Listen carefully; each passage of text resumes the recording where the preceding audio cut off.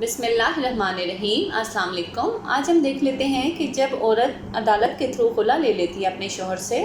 یا پھر اس کا ہسبینڈ اس کو طلاق دے دیتا ہے، تو پھر اس کے پاس کون سے رائٹس ہیں، بھی کچھ حقوق ہیں۔ اور وہ حقوق کیا ہیں کہ سب سے پہلی بات ہے کہ اگر اس کا ہسبینڈ اس کو طلاق دے دیتا ہے یا وہ عدالت سے خلا لے لیتی ہے، تو وہ اپنا جو حق مہر لکھا ہوتا ہے اس کی حقدار ہوگی۔ اس طرح سے ہوگا کہ اگر اس کے خاوند نے طلاق دی ہے تو جو اس کا غیر معجل حق مہر ہے وہ سارے کا سارا لینے کی حقدار ہوگی۔ معجل تو آلریڈی اس کو پیڈ ہوتا ہے، اگر نہیں بھی پیڈ تو وہ اس کا ڈیمانڈ بھی کر سکتی ہے۔ اور دوسری بات ہے کہ اگر وہ خود کورٹ سے خلا لیتی ہے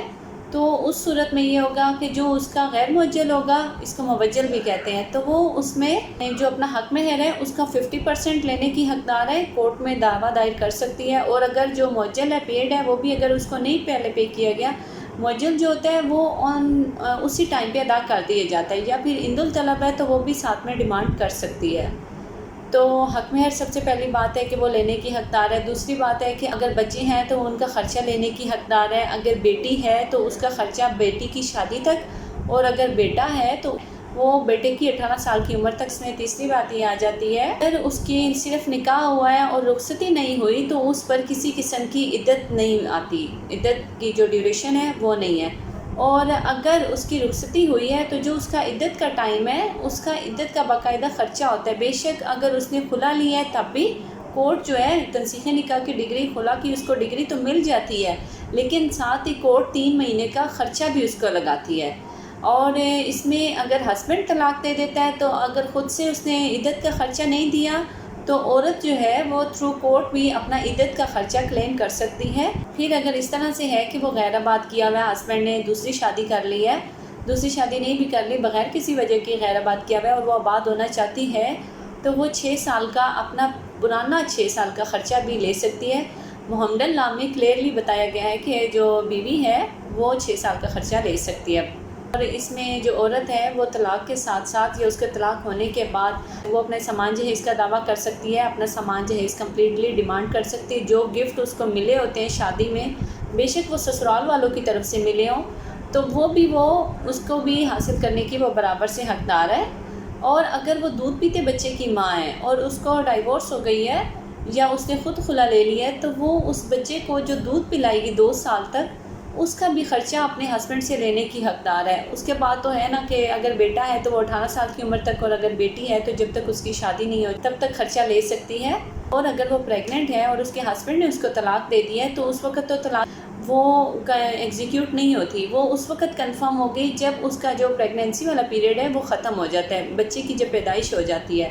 تو اس میں یہ ہے کہ یہ جو ٹائم ہوگا اس ٹائم سے لے کے ڈیلیوری تک کا، اور اس کے بعد بھی اگر وہ بچے کو دودھ پلانا چاہے تو اس کا سیپریٹ سے وہ اپنے ہسبینڈ سے ڈیمانڈ کر سکتی ہے، وہ تھرو کورٹ بھی یہ خرچہ مانگ سکتی ہے۔ اور اگر اس کا نکاح ہوا ہوا ہے اور لیکن رخصتی نہیں ہوئی بھی، تو اس کا مطلب یہ نہیں ہے کہ رخصتی نہیں ہوئی تو وہ حق مہر لینے کی حقدار نہیں ہے، بلکہ وہ ہاف حق مہر جو ہوگا وہ اس کا لینے کی، وہ اپنے شوہر سے لینے کی حقدار ہے، بے شک رخصتی نہیں بھی ہوئی۔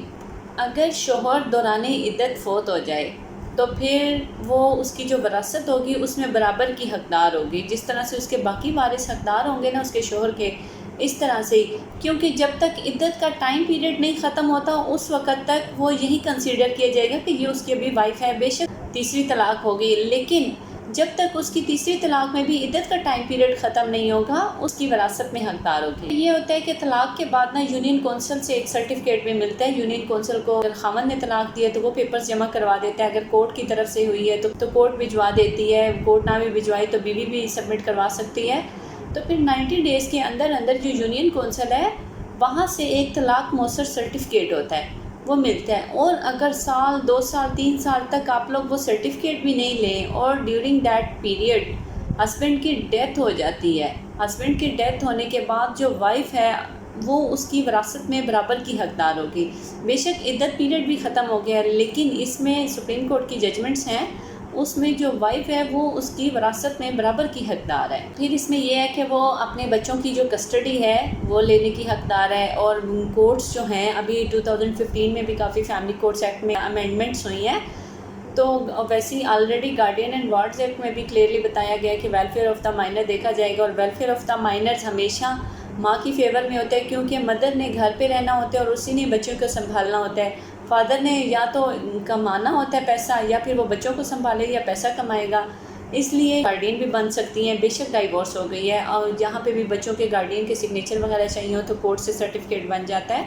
اور وہ بچوں کی کسٹڈی لینے کی، بچوں کا خرچہ لینے کی حقدار ہے۔ اور جو بھی اگر ڈیورنگ دیٹ پیریڈ اگر اس کو خرچہ نان و نفقہ پچھلا بھی نہیں مل رہا یا بچوں کا خرچہ نہیں مل رہا،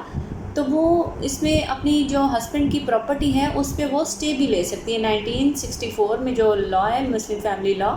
اس میں کلیئرلی بتایا گیا ہے۔ یہ کچھ رائٹس تھے عورتوں کے